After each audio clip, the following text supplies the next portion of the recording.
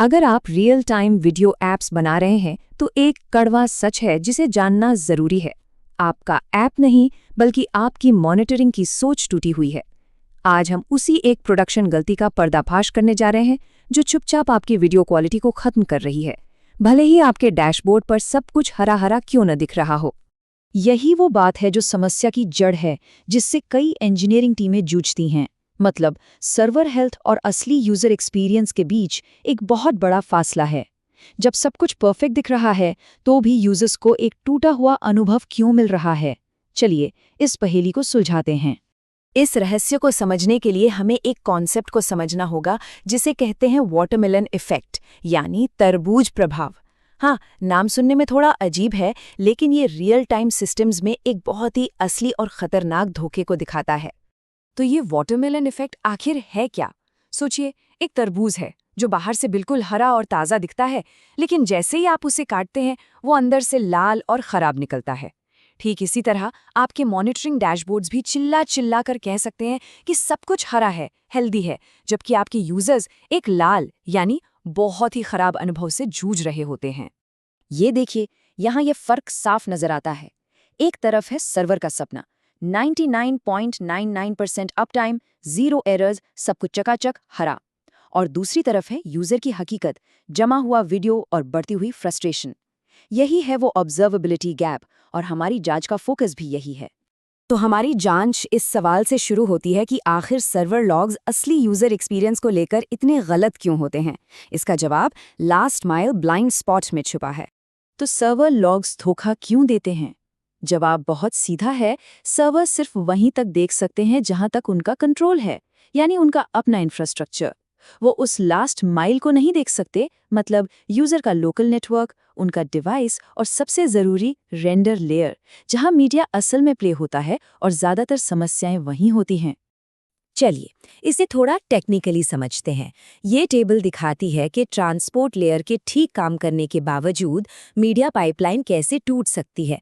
जैसे decoder stall वाला case देखिए, बाइट्स रिसीव्ड लगातार बढ़ रहे हैं। इसका मतलब डेटा क्लाइंट तक तो पहुंच रहा है, लेकिन फ्रेम्स डिकोडेड की वैल्यू वहीं की वहीं अटकी हुई है। मतलब साफ है, वीडियो स्क्रीन पर चल ही नहीं रहा है। यूजर के लिए वीडियो फ्रीज हो चुका है। देखिए, ये कोई छोटा मोटा बग नहीं है। ये एक इंडस्ट्री वाइड चैलेंज है जिसे हर रियल टाइम ऐप बनाने वाला फेस करता है। और ऐसी बड़ी समस्याओं को अकेले हल नहीं किया जा सकता। इन्हें सुलझाने के लिए एक गंभीर इंजीनियरिंग समूह की जरूरत है, जहां हम सब मिलकर इन मुश्किलों का सामना कर सकें। और इस समूह को बनाने का पहला कदम है नॉलेज शेयर करना। अगर ये जानकारी किसी ऐसे इंजीनियर के लिए जरूरी है जिसे आप जानते हैं, तो उनके साथ इसे जरूर शेयर करें। हमारा मकसद है कि हम उन लोगों को एक साथ लाएं जो वाकई में इन समस्याओं को हल करना चाहते हैं। शुरुआती सपोर्टर्स को हमारे साथ एक लाइव इंट्रो सेशन में जुड़ने का मौका भी मिलेगा। हमारा पहला छोटा सा लक्ष्य है 28 फरवरी 2026 तक 50 समर्पित सब्सक्राइबर्स का एक कोर ग्रुप बनाना। ये बस एक शुरुआत है, एक ऐसी कम्युनिटी बनाने की जो सिर्फ समस्याओं की बात ना करे बल्कि उनके समाधान भी बनाए। चलिए अब अपनी जांच पर वापस लौटते हैं और समाधान को खोजते हैं। ठीक है, तो अब तक हमने समस्या को अच्छी तरह समझ लिया है, पर असली सबूत कहाँ मिलेगा? हमारी जांच में जो सबसे बड़ी कामयाबी मिली वो ये है कि सच्चाई का स्रोत सर्वर लॉग्स में नहीं बल्कि कहीं और ही छिपा हुआ है। और वो स्रोत है क्लाइंट का अपना ब्राउज़र। जी हाँ, यूज़र के अनुभव की असली कहानी किसी सर्वर डैशबोर्ड में नहीं बल्कि उनके डिवाइस पर ही लिखी जा रही है। हमें बस उसे पढ़ना सीखना है। और उस कहानी को पढ़ने का हमारा टूल है गेटस्टैट्स एपीआई। ये एक स्टैंडर्ड वेब एपीआई है जो हर मॉडर्न ब्राउज़र में मौजूद है। ये हमें सीधे ब्राउज़र के मीडिया इंजन से high Fidelity client side data देता है। सर्वर के अनुमानों की जगह हमें ज़मीनी हकीकत मिलती है। गेटस्टैट्स एपीआई हमें डेटा का खजाना तो देता है, लेकिन इस खजाने में एक मैट्रिक ऐसी है जो वीडियो फ्रीज का पता लगाने के लिए स्मोकिंग गन की तरह काम करती है। इसके लिए हमें दो मैट्रिक्स के बीच का फर्क समझना होगा। बाइट्स रिसीव्ड हमें बताता है कि नेटवर्क पर पैकेट्स आ रहे हैं, ये सिर्फ ट्रांसपोर्ट हेल्थ का सिग्नल है। लेकिन फ्रेम्स डिकोडेड हमें ये बताता है कि क्या वो पैकेट्स वाकई वीडियो फ्रेम्स में बदलकर स्क्रीन पर चल रहे हैं। ये है असली प्लेबैक हेल्थ का सिग्नल। इसको ऐसे सोचिए, समय के साथ फ्रेम्स डिकोडेड में जो बदलाव होता है, यानी उसका डेल्टा, वही आपके वीडियो स्ट्रीम की धड़कन है। अगर ये धड़कन रुक जाती है तो वीडियो भी रुक जाता है, भले ही नेटवर्क पर बाइट्स का फ्लो जारी क्यों ना हो। तो इस धड़कन को हम नापते कैसे हैं? तरीका बहुत सीधा है। हम एक समय, मान लीजिए T1 पर फ्रेम्स डिकोडेड की वैल्यू लेते हैं और फिर कुछ सेकंड्स बाद समय T2 पर दोबारा लेते हैं।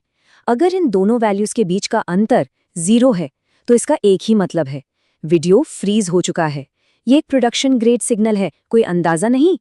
तो अब जब हमें पता चल गया है कि सबूत कहाँ है और उसे कैसे पढ़ना है, तो अगला कदम है इसे बड़े पैमाने पर इकट्ठा करने के लिए एक मजबूत सिस्टम बनाना। इसके लिए हमें एक टेलीमेट्री साइड चैनल की जरूरत होगी। एक प्रोडक्शन ग्रेड आर्किटेक्चर कुछ ऐसा दिखता है। सबसे पहले ब्राउज़र क्लाइंट साइड पर गेट स्टैट्स डेटा इकट्ठा करता है। फिर एक एग्रीगेटर इसे छोटे छोटे जेसन बैचों में बैकएंड को भेजता है। एक एपीआई इस डेटा को लेता है और इसे एक टाइम सीरीज डेटाबेस में स्टोर करता है। और आखिर में एक अलर्टिंग सिस्टम इस डेटा पर नज़र रखता है और समस्या होने पर हमें तुरंत सूचित करता है। इस आर्किटेक्चर में साइड चैनल इतना ज़रूरी क्यों है? क्योंकि ये आपकी मॉनिटरिंग को आपके मुख्य एप्लीकेशन से बिल्कुल अलग रखता है। सोचिए, जब आपकी ऐप में कोई समस्या आती है तो आप ये बिल्कुल नहीं चाहेंगे कि आपकी मॉनिटरिंग भी उसी समस्या के कारण बंद हो जाए। ये एक इंडिपेंडेंट लाइफलाइन की तरह काम करता है। तो हमारी इस पूरी जांच पड़ताल के बाद हम ऑब्जर्वेबिलिटी के अंतिम फैसले पर पहुंचते हैं। कुछ मुख्य निष्कर्ष हैं जो अब पूरी तरह से स्पष्ट हो चुके हैं। तो इस सबसे सीखने वाली 3 सबसे ज़रूरी बातें हैं। पहली, सर्वर लॉग्स यूज़र की असलियत नहीं बताते। दूसरी, सच्चाई का असली स्रोत क्लाइंट का ब्राउज़र और गेटस्टैट्स एपीआई है। और तीसरी, frames decoded delta video freeze का पता लगाने के लिए सबसे पक्का और भरोसेमंद सिग्नल है। तो बस एक सवाल के साथ इस चर्चा को छोड़ते हैं। क्या ये मुमकिन है कि आपके जो हरे डैशबोर्ड्स हैं वे असल में एक बड़ी यूज़र एक्सपीरियंस इमरजेंसी को छिपा रहे हैं?